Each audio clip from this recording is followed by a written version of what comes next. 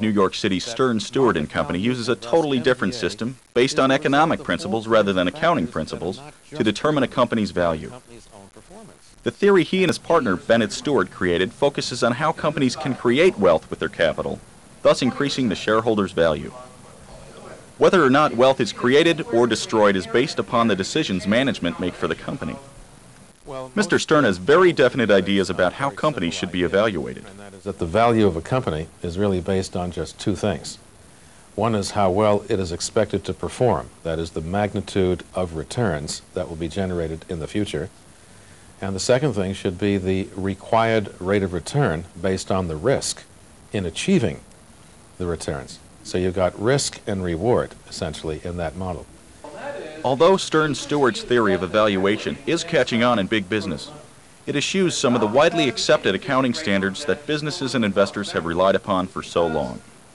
The problem is that the accountants who take a look at value in terms of the accounting bottom line. They call it net profit after taxes, earnings attributable to the shareholders. We don't look at it that way. First of all, as economists, we look at value in terms at least of cash flows as opposed to accounting earnings. And the major reason is that the accountants, unfortunately, are focusing on arbitrary distinctions that don't necessarily reflect on economic reality. An example of that would be the expensing of research and development costs or the immediate write-off of advertising and promotion. We believe that they have long-term franchise value and that they should be put on the balance sheet as assets. As it turns out, there are about 160 adjustments in general accounting practices that can be made, depending on the client. Once the adjustments have been made, the book value of the company changes to more accurately reflect the economic value of the company. Now keep in mind, as I said before, that we're making adjustments to the accounting book value to make it more economically realistic by putting the R&D on the balance sheet and writing it off over the expected useful life. There are many such accounting adjustments that are possible. So let's call the item we come up with the adjusted book value.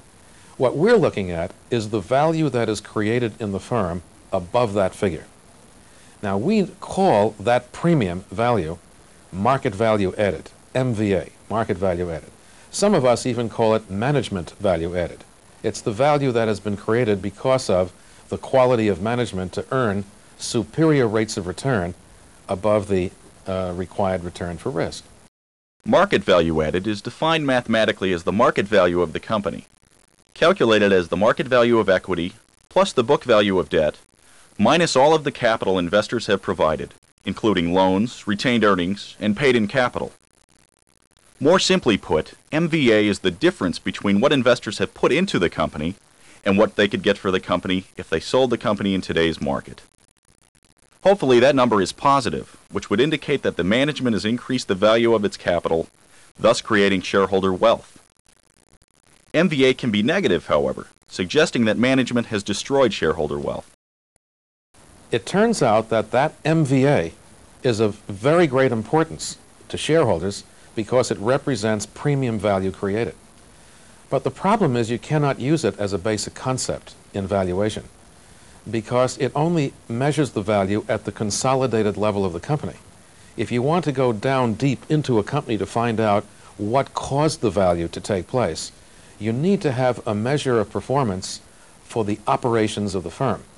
And that operating measure of performance we call EVA, economic value added. Economic value added is defined as net operating profit after tax, minus the opportunity cost of all capital invested in the company.